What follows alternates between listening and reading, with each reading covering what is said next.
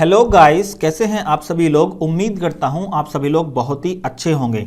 आज के इस चैप्टर में हम लोग डिस्कस करने वाले हैं एक पोएम को जिसका नाम है द काइट। इस पोएम को हैरी बैन के द्वारा लिखा गया था और ये हमारी क्लास 6 के चैप्टर नंबर 2 के अंदर इंक्लूड की गई है। इस पोएम को बहुत ही इजी लैंग्वेज में हम लोग समझने की कोशिश करेंगे, लेकिन इस पोएम को शुरू करने से पहले राइटर ने हमें कुछ चीज़ें दी हैं जिन्हें हमें समझना बहुत ज़रूरी है। जैसे कि all of us like to fly kites, हम लोगों को पतंग उड़ाना जो है वो बहुत पसंद होता है। Have you ever try to fly one, क्या आप लोगों ने कभी पतंग उड़ाने की कोशिश की है, कभी उड़ाई है आप लोगों ने अपनी ज़िंदगी में पतंग। Read this poem about A kite, तो आप लोग क्या करें, इस पोएम को पढ़ें जो आपको एक पतंग के बारे में जानकारी देगी। ये पोएम हमें किसके बारे में जानकारी देगी, पतंग के बारे में जानकारी देगी।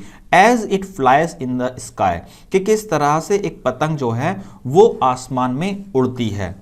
आप लोगों के सामने ये टेक्स्ट है जो इस पोयम का है। इसके अलावा ये कुछ डिफिकल्ट वर्ड हैं और जिस तरह से जहां पर भी हमें इमेज की जरूरत होगी वहां पर भी मैं आप लोगों को इमेज दिखाता रहूंगा। जैसे कि काइट जो होती है देखने में इस तरह की होती है। ये अलग अलग आकार में लोग बनाते हैं, कुछ लोग मछली के आकार की भी काइट बना देते हैं, अलग अलग आकार की काइट बनाते हैं। इनकी शेप अलग हो सकती है, लेकिन ये आसमान में हवा में उड़ती है। तो इस पोयम के अंदर कई ऐसी जानकारी हमें मिलेंगी जो हमें पहले से हैं और कुछ जानकारी तो अलग सी मिलेंगी जो राइटर ने अपने पास से दी हैं। पढ़ते हैं इस पोयम को। How bright on the blue is a kite when it's new. इन दो लाइनों में कहा गया है कि जब एक पतंग न्यू होती है और आसमान में उड़ती है तो वो इस नीले आसमान में कितनी अच्छी दिखाई देती है। जब एक पतंग आसमान में उड़ती है तो वो नीले आसमान में बहुत ही अच्छी दिखाई देती है। With a dive and a dip it snaps its tail, जैसे एक मछली डाइव करती है, ठीक है, जैसे पानी में वो डाइव करती है ऊपर कूद कूद के, उस तरह से, या फिर कोई इंसान पानी में डाइव करता है या जमीन पर डाइव करता है, और या फिर नीचे की तरफ को जाता है। ए डिप का मतलब है वो नीचे की तरफ को जाता है, मतलब जिस तरफ को भी ये पतंग जाती है उस तरफ को ही उसकी टेल जो है वो उसके पीछे पीछे चलती है। जैसा कि आप लोग इमेज में देख रहे हैं कि जिस तरफ को भी ये पतंग जाती है उसकी टेल उसके पीछे पीछे के ही आ जाती है।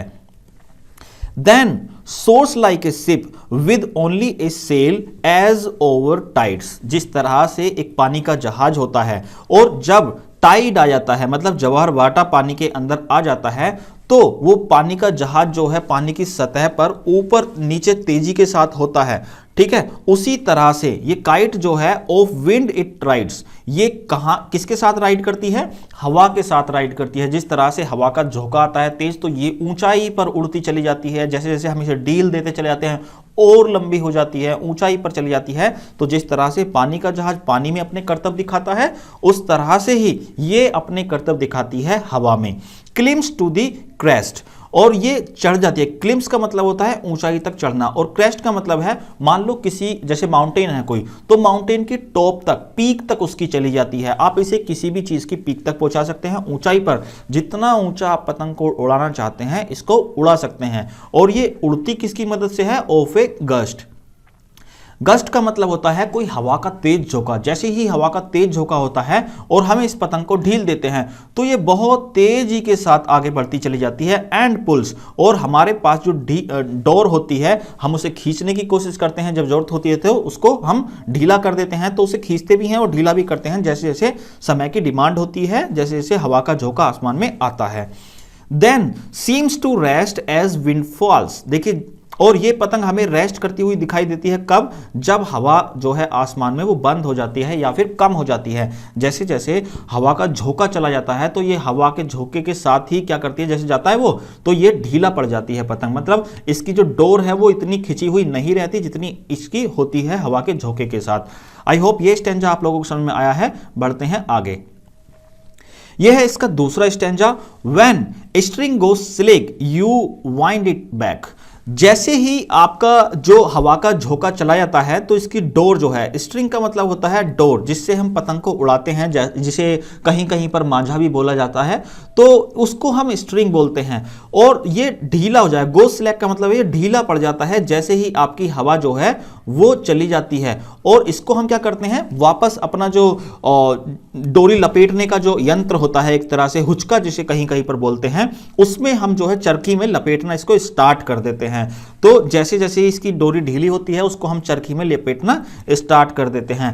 And run until a new bridge blows, और ये कब तक चलता रहता है, जब तक एक नई हवा का झोंका नहीं आ जाता। एक नई हवा का झोंका आता है, फिर से हम लोग इसे ढील देते हैं और ये अपनी ऊंचाइयों पर उड़ती हुई चली जाती है। And its wing fill and up it goes, और जैसे ही इसके पंख खुलते हैं, जैसे ही न्यू ब्रिज आती है, कोई नई हवा का झोंका आता है, तो इसके पंख जो हैं वो खुल जाते हैं, एक तरह से मानो किसी पक्षी के पंख जो है खुल गए हों, और अप इट गोज, ये बहुत ही ऊंचाई तक चली जाती है।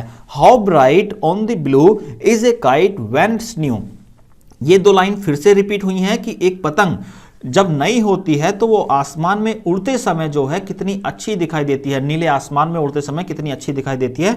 बट ए रेजडर thing you never will see, लेकिन एक ऐसी चीज है जिसको हम कभी देखना पसंद नहीं करते, और जब हम पतंग उड़ाते हैं तो ऐसा कभी नहीं सोचते कि ये चीज हमारे साथ हो जाए। ये कैसी चीज है, when it flaps on a string in the top of a tree, जब हम पतंग उड़ाते हैं तो आपने देखा होगा कि कभी कभी फ्लैप का मतलब होता है कभी कभी वो एक किनारे पे से फट जाती है। जैसे ही वो किनारे पर फट जाती है तो उस पतंग के ऊपर से हमारा कंट्रोल जो है आप लोगों को लगता होगा कि खो गया है। उसको हम उड़ाना तो किस साइड में चाहते हैं, लेकिन वो उड़ने लगती है दूसरी साइड में, मतलब उसका बैलेंस पतंग का बिगड़ जाता है। उसके ऊपर से जो फ्लाई करता है पतंग को इंसान, उसका कंट्रोल खोने लगता है। तो ये पतंग जो है आकर कहीं भी या तो किसी पेड़ की टॉप पर फंस जाएगी, या हमने देखा होगा कि कभी बिजली के तार जो होते हैं, खंबे होते हैं, उनके ऊपर ये पतंग फंस जाती है। तो ऐसा जब होता है, जब ये पतंग अपना कहीं किसी तरफ से कोना इसका फट जाता है तो उसके ऊपर से ये अपने हिसाब से चलने लगती है, टेढ़ी मेढ़ी भागने लगती है, तो हमारा कंट्रोल इस पतंग के ऊपर से खो जाता है। आई होप ये पोएम आप लोगों को समझ में आई है। मिलते हैं अगले लेक्चर में, तब तक के लिए जय हिंद।